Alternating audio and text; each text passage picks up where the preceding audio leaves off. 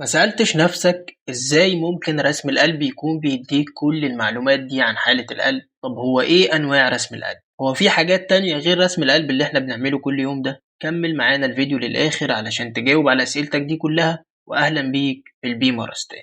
أنواع رسم القلب Types of ECG. احنا عندنا 3 أنواع لرسم القلب متعارف عليهم عالميا، كل سب تايتل منهم موجود منه أكتر من نوع لرسم القلب تحت منه. في حاجات يمكن تكون سمعت عنها قبل كده وما تعرفش تصنيفها ايه بالظبط، في حاجات ممكن ما تكونش سمعت عنها قبل كده، فخليك معايا للآخر علشان توصل لك الصورة بالكامل. النوع الأول وأكثرهم شيوعا هو رسم القلب الراحة ECG on rest، وده طبعا أكتر الأنواع اللي احنا بنستخدمها واللي احنا في الأساس أصلا بنقول عليه ECG وخلاص، اختلاف تصنيفاته. ولما نقول ECG كلنا بيجي في دماغنا 12 lead ECG، ولكن في أكتر من رسم قلب في وضع الراحة. في الرعاية المركزة أو رعاية القلب أو في الاستقبال أو حتى في عربية الإسعاف بنلاقي فيه مونيتور مدمج مع جهاز الدي سي. بيكون عندي كيبل بيتم توصيله بالمريض يا إما 3 ليد اي سي جي أو 5 ليد اي سي جي، ودول بيدونا ستريب للليمب ليد اي سي جي، بس في الأغلب بيتم الاعتماد عليهم مبدئيا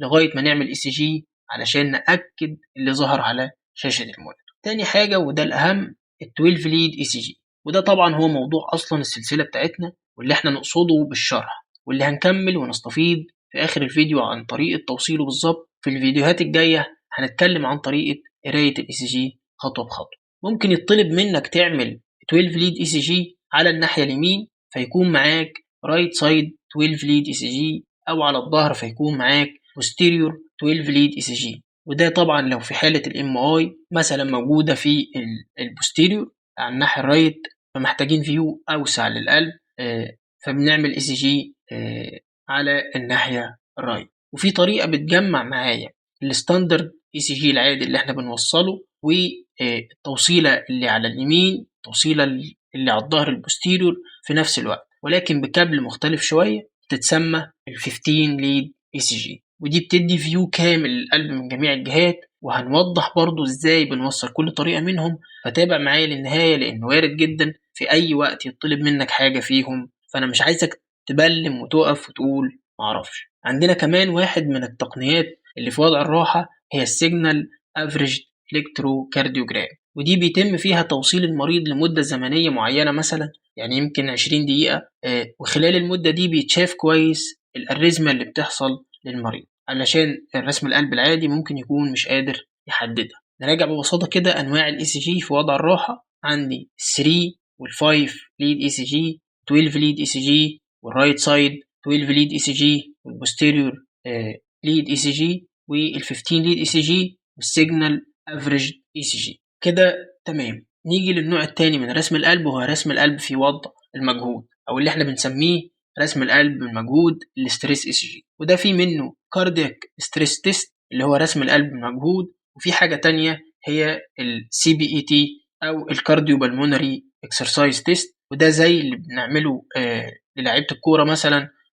مش هنخش في تفاصيله كتير لان ده مش موضوعنا دلوقتي. النوع الثالث بيكون محمول بورتابل، اسمه امبيولاتوري اس جي، بيكون عبارة عن هولتر مونيتور صغير بيتوصل بالشخص وبيخزن رسم القلب للشخص طول الفترة اللي متعلق فيها. إذا حصل أي abnormality changes بيتم إرسال إشارة للطبيب المتابع المريض. يبقى كده عندنا 3 أنواع رسم قلب رئيسية: رسم القلب العادي الستاندرد أو الاي سي جي اون ريست، ورسم القلب المجهود الستريس اي سي جي، ورسم القلب المحمول أو الامبيولاتوري اي سي جي. نيجي بقى لتوصيل رسم القلب. مبدئيا كده أجهزة رسم القلب بيتم تصنيفها القنوات channels، يعني عندي 3 channel اي سي جي ماشين، 6 channel اي سي جي ماشين، 12 channel اي سي جي ماشين. وهنلاقي في أجهزة مثلا الكيبل بتاعها سلك، وفي أجهزة وايرلس بلوتوث اي سي جي، والكابل بيكون خارج منه 4 لمب اي سي جي، ووصلة تانية بتكون 6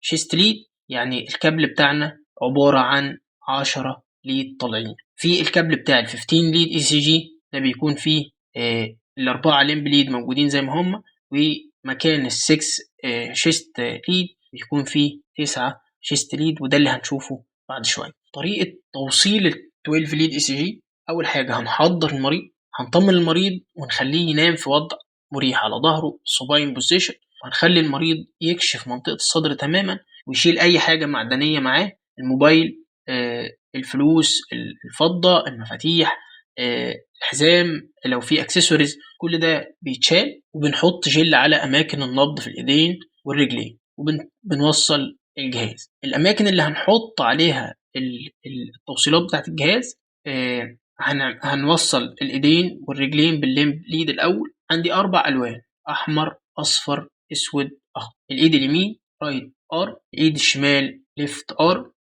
الرجل اليمين رايت فوت، الرجل الشمال ليفت فوت. الإيد اليمين رايت بتكون ريد، الإيد الشمال الليفت أرم بنوصلها باللون الأصفر يلو، رايت فوت بنوصلها باللون الأسود، وده عبارة عن الكبد الأرضي. الناحية الشمال من الرجل نوصل اللون الأخضر. نحفظها بقى: صحراء وخضرناها، نار وطفيناها، ماشي. نحفظها مراحل تطور البلحة: أخضر، أصفر، أحمر، أسود. تمام كده كده مع الوقت هتعرف توصلهم تلقائيا من غير ما تحفظهم. فكده احنا وصلنا الليمب ليد.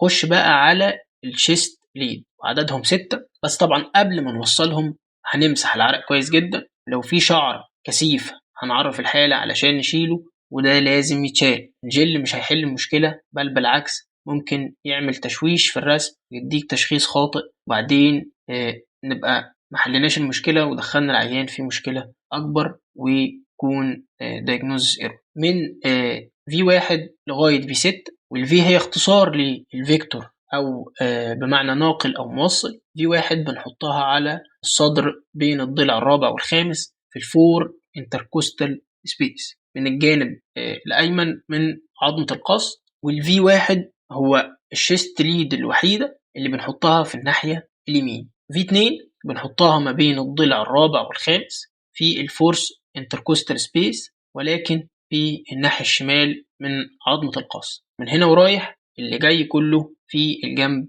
الشمال. بعد كده بنوصل V4 ونسيب V3 دلوقتي. نحط V4 ما بين الضلع الخامس والسادس في الفيفث انتركوستال سبيس قصاد منتصف خط عظمة الترقوة، الميد كلافيكولار لاين، أسفل النبل الشمال على طول. الفي 3 في 3 نوصلها في منتصف المسافة ما بين الفي 2 والفي 4. بالنسبة للفي 5 والفي 6 بنوصلها على نفس الخط بالترتيب مع الفي 4 الفيفث انتركوستال سبيس، ولكن الفي 5 نحطها قصاد الانتيريور ميد اكزيلاري لاين، اما الفي 6 بنحطها قصاد الاكزيلاري لاين، يعني تحت الباط تقريبا. وبكده هيبقى توصيلنا تمام جدا. هنتأكد بس من ان كل الليدز مرسومة على شاشة الاي سي جي، هنتأكد ان مفيش تشويش، وان سرعة الرسم في الجهاز هي 25/10. نتأكد ان مفيش حد او حاجة ملامسة لجوانب السرير. هنتوكل على الله ونطبع الاي سي جي، نشيل كل الليدز، بعدين نمسح الجل، نسجل بيانات المريض، التاريخ والساعة، نلزق الباركود. طب لو كان في مشكلة زي MI مثلا، طلب ناخد فيو أوسع لأن المشكلة كانت على الناحية اليمين، فحبينا نعمل رايت سايد 12 ليد ECG. هيكون التوصيل ازاي؟ هنسيب الليمب ليد ال4 زي ما هم، ولكن هنعكس اتجاه الشيست ليد، فهيكون الفي 1 ناحية الشمال والفي 2 ناحية اليمين، وباقي الشيست ليدز في 3 في 4 في 5 في 6 في نفس أماكنهم اللي احنا وصلناهم قبل كده، ولكن العكس الناحية اليمين من الجسم. في ورقة رسم القلب اللي هنطبعها بس هنكتب عليها ان ده رايت سايد علشان ما يحصلش اي لخبطه. ممكن الدكتور يطلب منك بس تعكس الفي 4 علشان يبين رسم القلب في نفس رسم القلب العادي بتاعنا.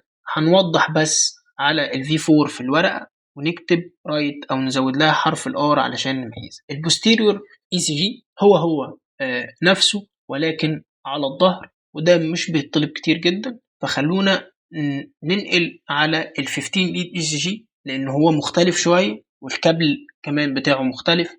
احنا قلنا قبل كده ان الكابل بتاع ال 12 ليد اي سي جي هو كابل من 10 توصيلات، 4 ليمب ليد، 6 شيست ليد. لكن هنا بيزيد على الفور ليمب ليد، بيزيد على الشيست ليد، شيست ليد مكان ما يكونوا كانوا 6 بيبقى 9، فيبقى عندي من V1 ل V9. طب من V1 ل V6 هي نفس التوصيل العادي، ولكن V7 بتكون قصاد ال V6 ولكن من الظهر قصاد الاكسيلاري لاين. V8 بعدها تحت بالظبط التيب اوف سكابيولا، اللي هو هتحسه بايدك كده بروز عظمة لوح الكتف. والفي 9 قصاد بداية عظمة لوح الكتف السكابيولا زي ما انت شايف في الصورة بالظبط. كلهم طبعا على نفس الخط في الفيفث انتركوستال سبيس ولكن من الخلف. مش عايزك تتخض، مش عايزك تخاف، احنا نادرا ما بيقابلنا الكيبل ده حقيقي جوه مصر، ولكنه موجود كتير بره وبيطلب في حالات البوستيريور ام اي،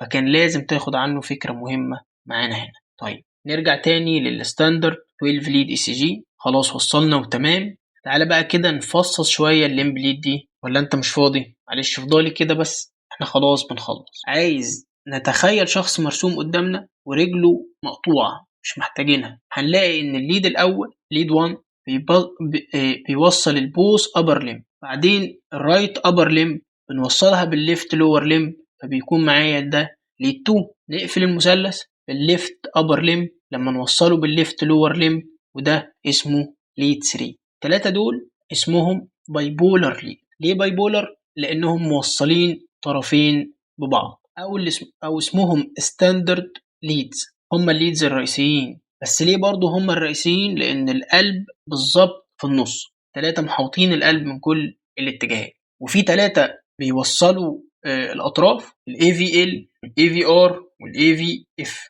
والاي في هي اختصار لاوجمنتد فولتج. الاوجمنتد فولتج معاها الار يعني رايت، فده الاي في ار. الاي في ال augmented voltage on left. الاي في اف augmented voltage on boot. التلاتة موصلين بالجهاز وموصلين بالارض، علشان كده بيعتبروا يوني بولر ليدز. بس 6 الموجودين في الاطراف منهم 3 باي بولر ومنهم 3 يوني بولر. وعلشان نتخيل المنظر شوية، نتخيلهم كأنهم 6 كاميرات، في 6 كاميرات غيرهم على الصدر الشيستول. الهدف منهم كلهم تصوير القلب من زوايا مختلفة، يعني نشوفه مرة من فوق، مرة من تحت، مرة من الشمال، مرة من اليمين، مرة من قدام، مرة من الجنب، وهكذا. ولكن في الآخر هو قلب واحد، ودي كلها كاميرات محاوطاه. كل كاميرا بتصور من منظورها من زاويتها هي بس، علشان كده احنا بيبقى سهل علينا نحدد مصدر المشكلة في القلب في أنهي مكان بالظبط. عايزك تحفظ معايا كده اللي هقوله لك ده. لما نبص على ال V1 وال V2 فاحنا كده بنبص على السبتال فيو اوف ذا هارت، تمام. ولما بنبص على ال V3 وال V4 فاحنا كده بنبص على الانتيريور فيو اوف ذا هارت. ولما بنبص على ال V6 وال V5 ومعاهم ال AVL والليد 1 فاحنا بنبص على الفيو الجانبي للقلب او اللاترال فيو. ولما بنبص على ليد 2 ليد 3 والاي في اف يبقى احنا كده بنبص على الانتيريور فيو اوف ذا هارت. دول لازم يتحفظوا كويس زي اسمك، تفضل تراجع فيهم كل يوم كده علشان ما تنساهمش، او تبقى ترجع تسمع الفيديو ده تاني لو انت فاضي يعني. ولو وصلت لغاية هنا وما زهقتش فانت اكيد حابب الشرح اللي هنا، اكيد انت مشترك، واكيد عملت لايك من بدري وقلت لنا في الكومنتات رأيك اللي اكيد طبعا يشكر فينا. مستنيك في الفيديو اللي جاي.